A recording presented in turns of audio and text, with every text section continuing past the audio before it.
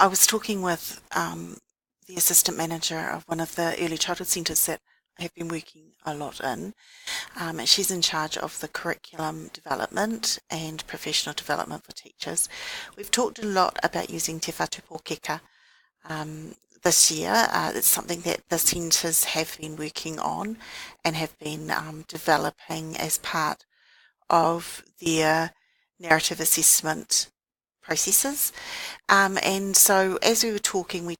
we thought about our planning cycle in regard to an individual child who might have an autism spectrum disorder, and the IEP process that we might use, that is the individual planning process that we might use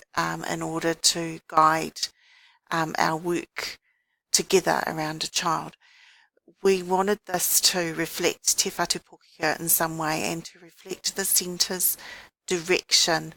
in the way they are learning and developing their assessment of each child. They do this through narrative assessment, learning stories, and in particular they start with their observations around play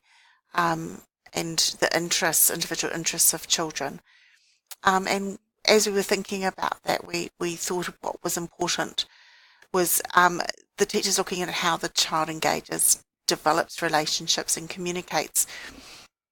their needs and with others. We thought it was really important that we acknowledge that communication begins at this stage between teachers and whānau, and it's not something that comes at later, although we do highlight it later. Also that there's some interprofessional discussion that might be happening at this stage as well, and sharing with other team members. Now I'm just going to try and zoom out. This is all a little bit new for me. And so from this observation of play and interest, we would then look at developing an interest in learning and shaping and starting to draft a learning story. Now that learning story at that particular point would then go to a team meeting with the early childhood teachers, and at this stage they would be talking about the individual child and their understandings of their ways of knowing, ways of being, ways of doing as they're all working around that child, and they would share that through that learning story.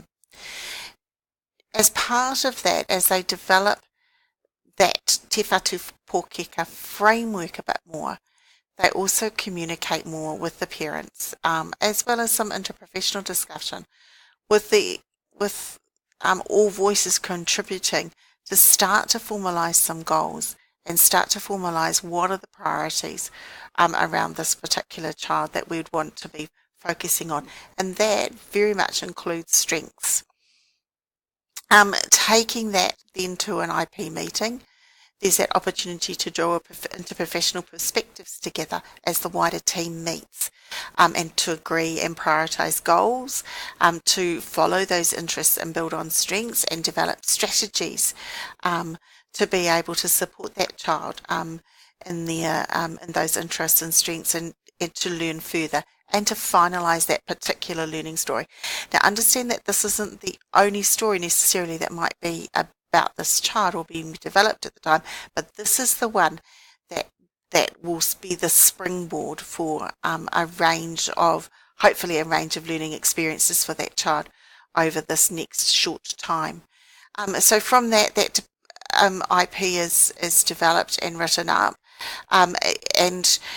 there was a challenge, and I haven't put this in at this stage, but it's in the annotated notes around what would the IP actually look like from there, and there would be different formats that the team would need to agree on as to how that would look. From there would be a sense of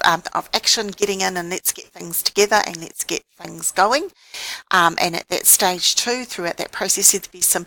documentations of observations and learnings, and there might be some general learning stories that will pick up on this and show the ongoing learning that's happening for that child. And then there's review, checking on progress, ongoing, could be at an IP review meeting that then connects with the new development of the learning story, could be just documented as we go as part of discussion, and then the idea of coming back back to that sense of, to that time of observation of play and interest again, and starting to develop further out of what we've already learned about that child, and then building on this particular part here, the ways of knowing, ways of being, ways of doing, building on our understandings on what we know, and then documenting that. A key thing for me, because I've been focusing a lot on using SERTs, is that there's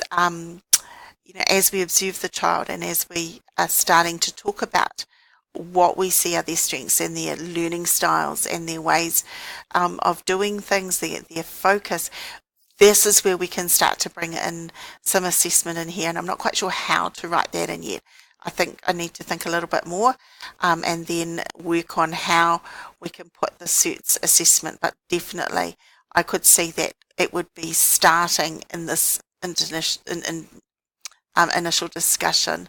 and then also as part of that communication process where everyone's talking about what they're seeing and what they're thinking and what's really important for that particular child and for that whānau, and what particular goals do they think are really important. So I could see it coming within that stage there as well. So here's the beginnings really of a planning cycle linking with Te Whatu Pōkeka, and it's still to be developed a bit further, but I can see a bit of a beginning, and it's been really interesting having that discussion with the teachers that work with this, and we can see where this will head, and we're really keen to give it a proper trial.